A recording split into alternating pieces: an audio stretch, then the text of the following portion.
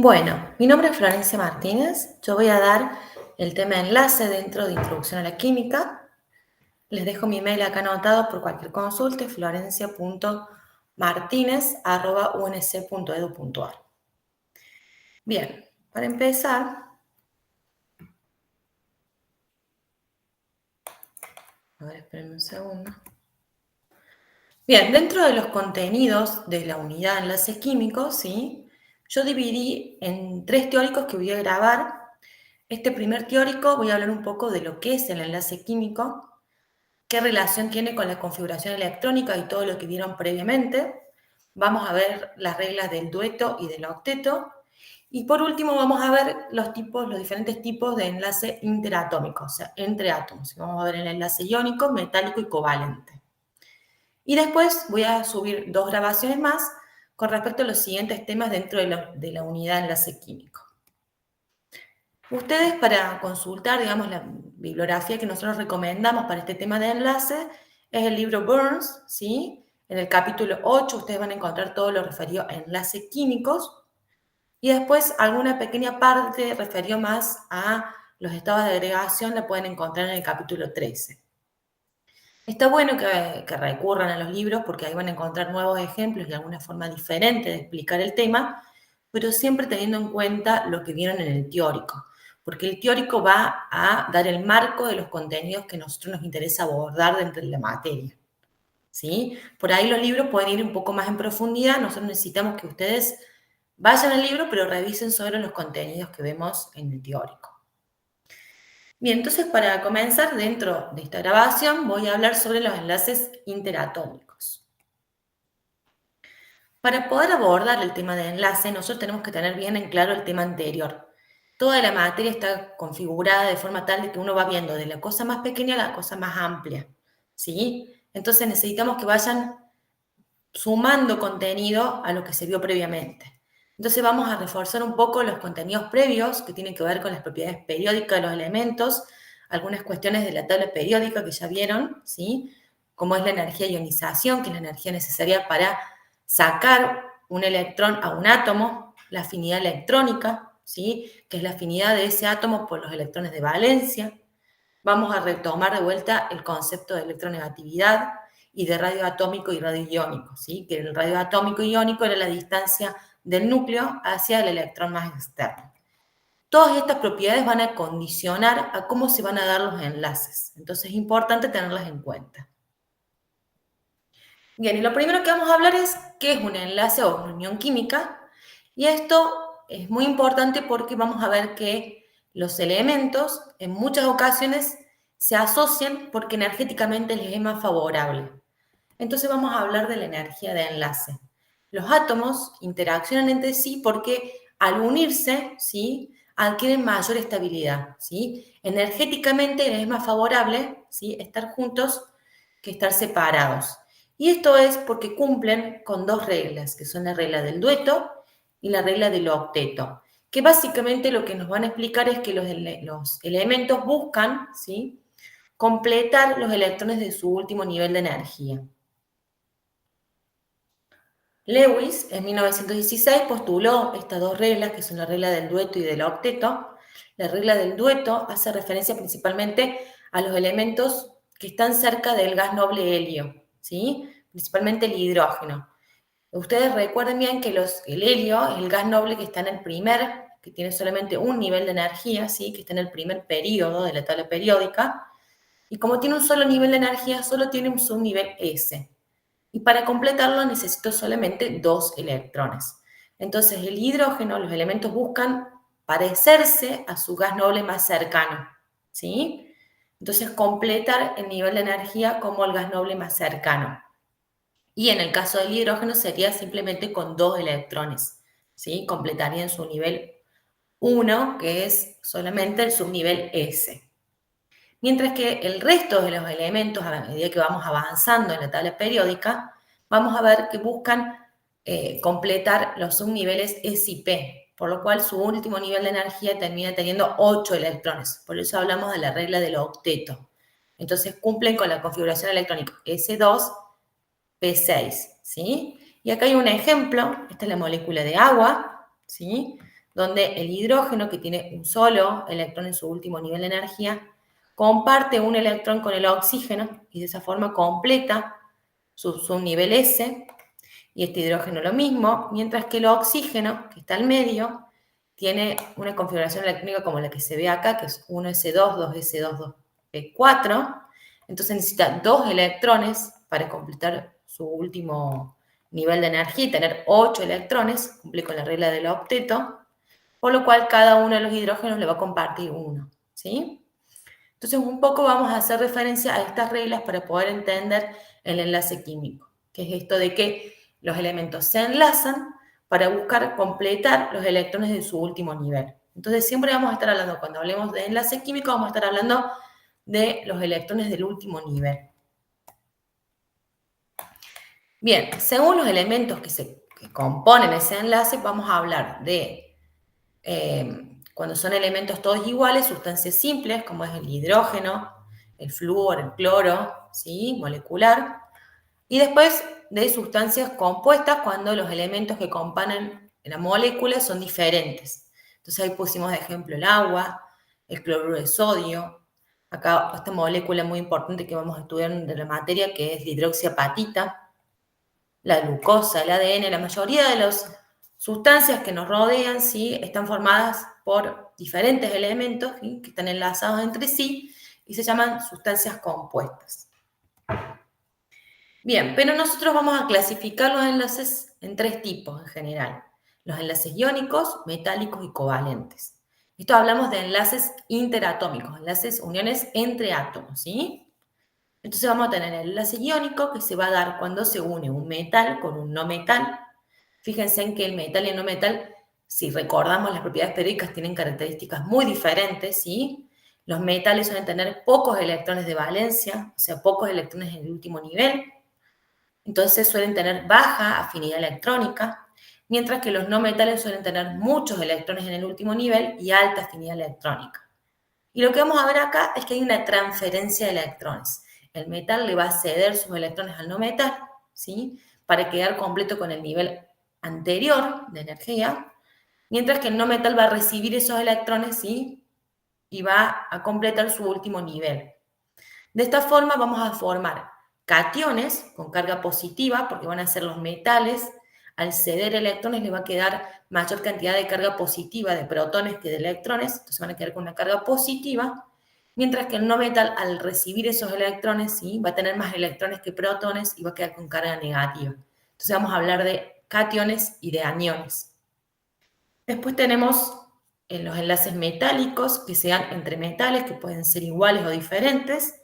Y acá lo que ocurre es que hay cationes, que van a ser estos metales, y se van a transformar en cationes, y esos electrones van a estar, los electrones que pierdan estos cationes, van a estar dando vueltas, ¿sí? En una nube de electrones que rodea los cationes.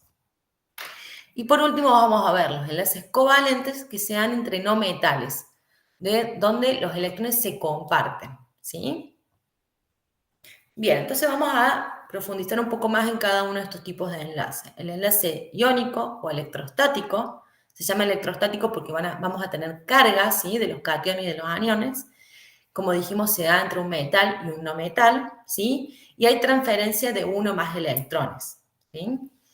El metal, como dije antes, se va a transformar en un cation porque va a ceder electrones, entonces va a tener más carga positiva que negativa, mientras que el no metal se va a transformar en un anión y va a tener más carga negativa, ¿sí? Porque va a tener más electrones que protones.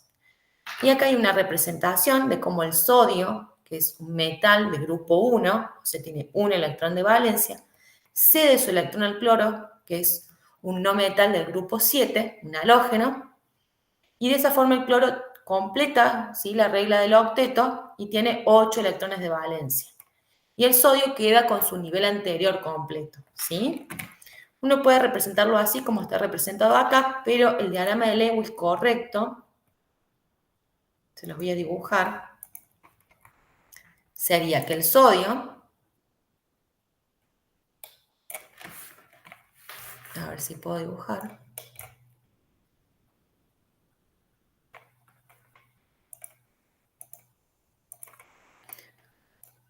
que el sodio,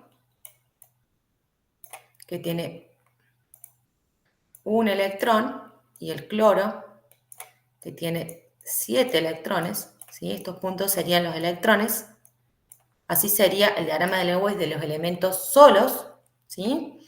El sodio le va a ceder ese electrón al cloro, y el cloro yo lo voy a poner entre corchetes para identificar que todos los electrones ahora pertenecen al cloro, y el cloro queda con una carga negativa, y el sodio con una carga positiva. Este sería el diagrama de Lewis de este enlace iónico, ¿sí?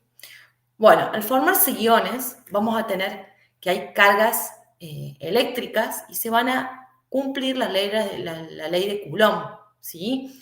Que dice que la atracción entre esas cargas va a depender del tamaño de la carga. Por ejemplo, yo tengo una carga positiva, es diferente que yo tengo dos cargas positivas, y la distancia que hay entre los elementos cargados, ¿sí? Esto lo vamos a retomar en la diapositiva que viene.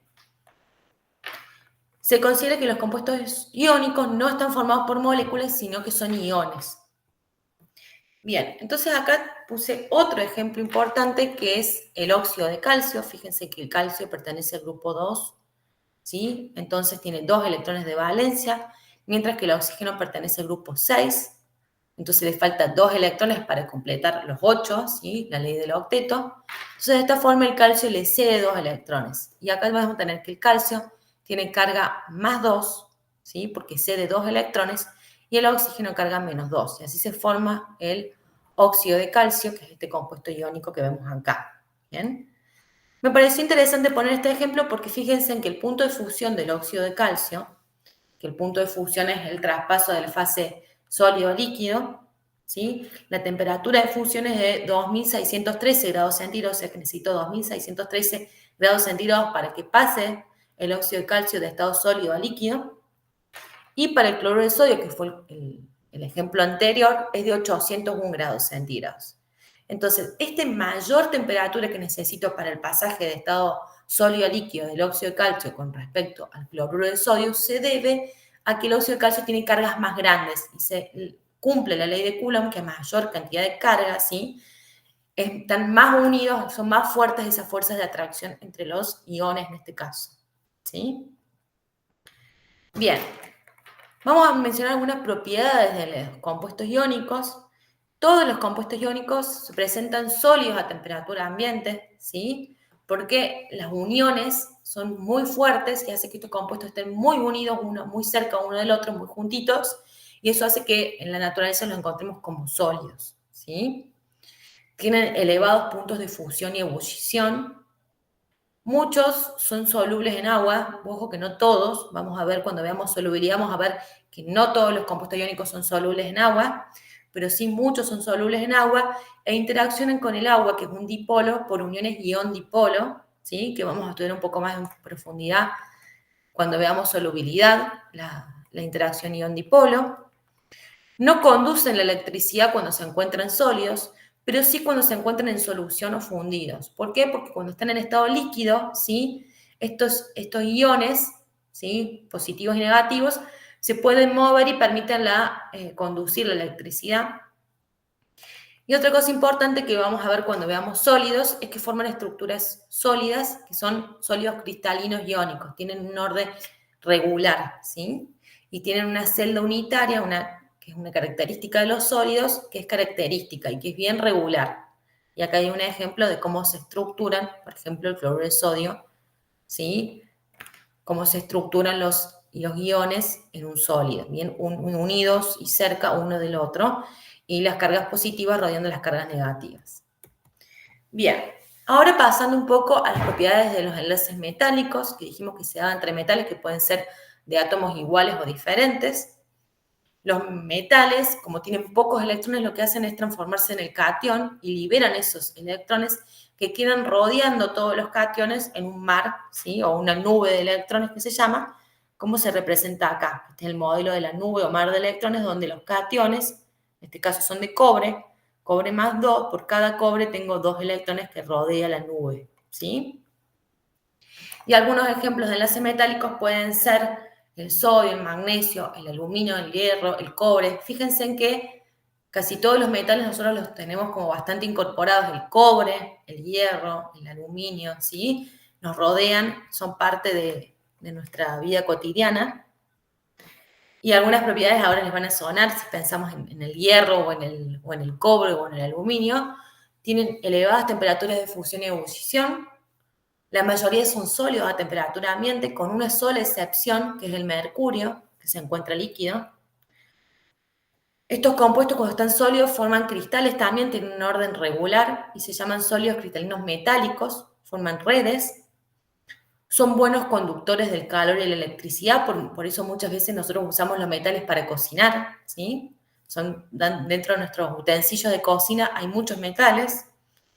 Son dúctiles, o sea, forman hilos, son maleables, ¿bien?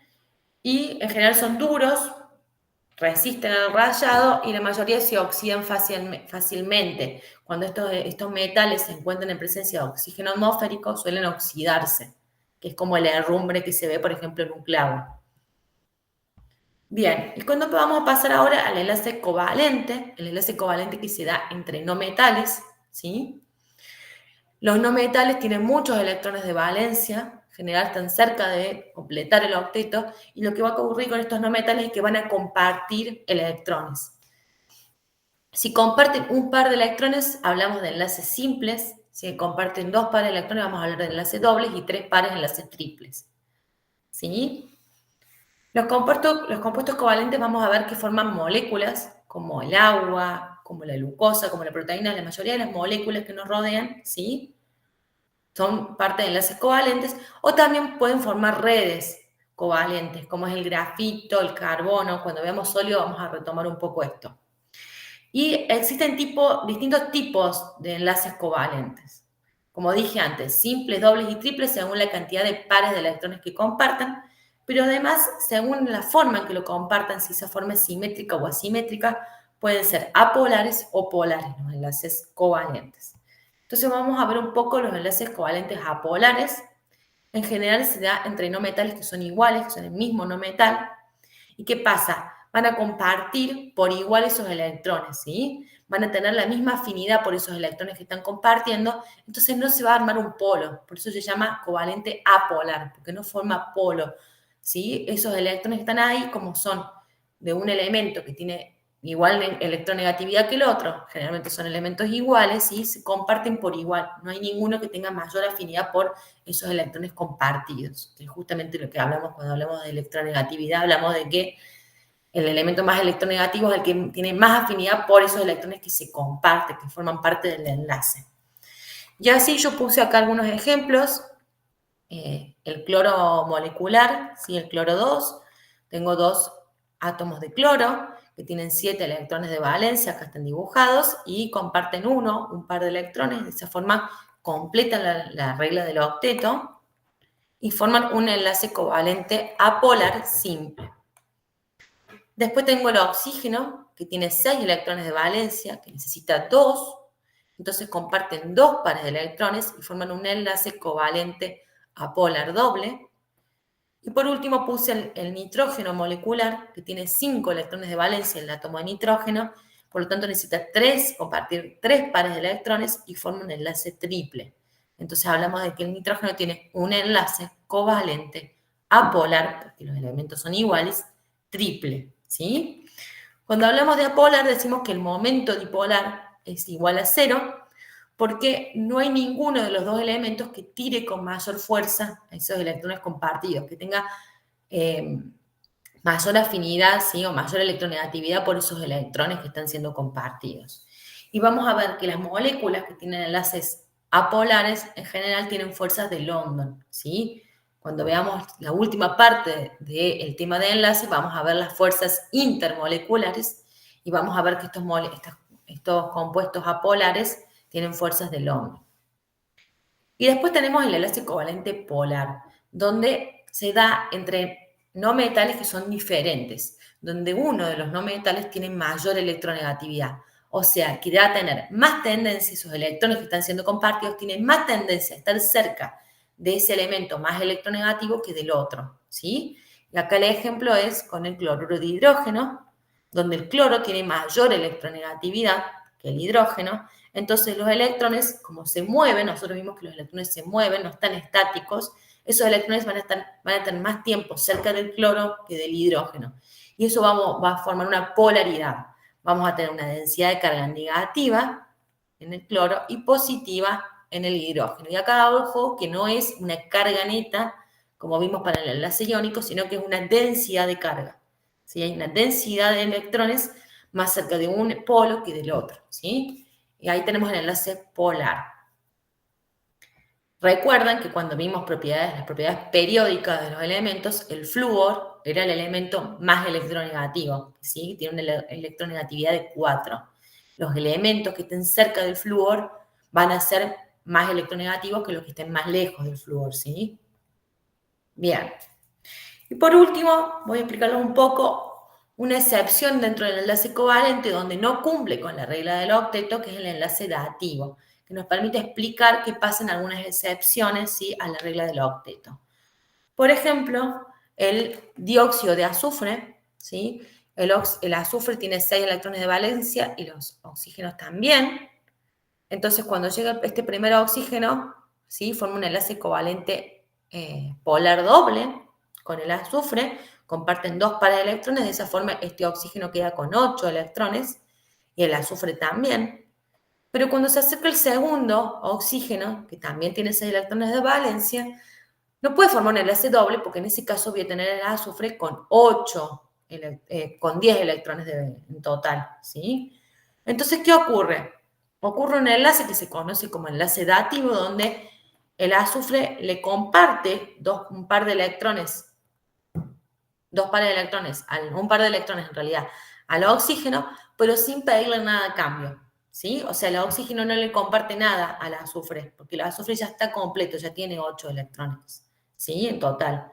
Entonces el azufre le comparte 2 sin pedirle nada a cambio, y ese es lo que se conoce como enlace dativo, se llama dativo justamente por eso, porque un elemento le comparte al otro sin pedirle ningún electrón a cambio, ¿sí? Bien. Y para cerrar un poco, quería que hiciéramos algunos ejemplos, ¿sí? Elegí estos ejemplos para que podamos ver cómo es la representación de Lewis y cómo sería en cada caso el enlace. Lo primero que voy a interpretar es el hierro. El hierro es un metal, o sea que como está solo vamos a estar hablando de un enlace metálico, ¿sí? El hierro tiene 2 valencias, más 2 y más 3. Vamos a poner el hierro más 2. Entonces, lo que yo voy a representar como estructura de Lewis es los cationes, hierro más 2, hierro más 2. Usted lo hace más prolijo con la lápiz, yo lo estoy haciendo con el mouse. Bien, y por cada una de las cargas tengo que tener 2 electrones. O sea, tengo 2 cargas positivas, 2 electrones.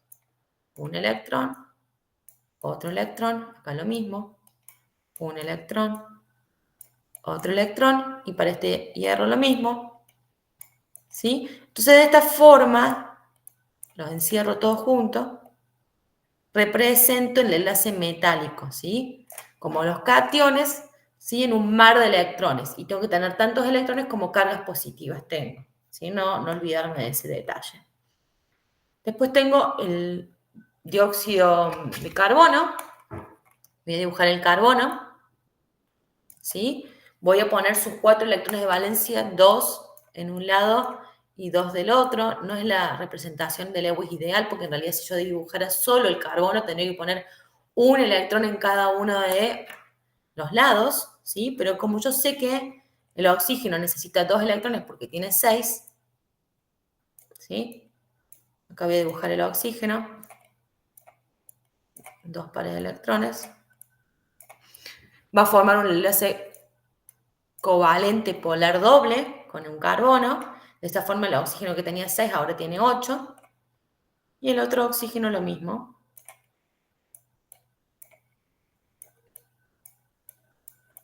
Tiene 6, forma otro enlace covalente polar doble. Entonces yo voy a tener acá 2 enlaces covalentes polares dobles, carbono-oxígeno, ¿sí? Ojo, porque vamos a ver cuando veamos la última parte del enlace que no siempre que yo tenga un enlace covalente polar voy a tener una molécula polar. Fíjense en que esta molécula es bastante simétrica, no es polar. ¿Sí? Lo vamos a explicar en la última clase, pero se los voy mencionando. Y después puse el fosfato, ácido fosfórico, perdón, porque es un ejemplo bastante complejo que me gustaría explicar y que además tiene un enlace dativo, ¿sí? Bien, voy a dibujar el fósforo al medio. Tiene 1, 2, 3, 4, 5 electrones de valencia. Ustedes pueden buscar los electrones de valencia en la tabla periódica, ¿sí? Y va a formar con cada oxígeno 2, 3, 4, 5, 6 electrones del oxígeno, va a formar un enlace simple con cada oxígeno y a su vez estos oxígenos van a formar un enlace simple con el hidrógeno, que tiene un solo electrón de valencia y que cumple con la regla del dueto, recuerden eso. Entonces voy a dibujar lo mismo de este lado, oxígeno, oxígeno. Un enlace simple con oxígeno-fósforo y un enlace covalente polar simple oxígeno-hidrógeno. Y acá lo mismo.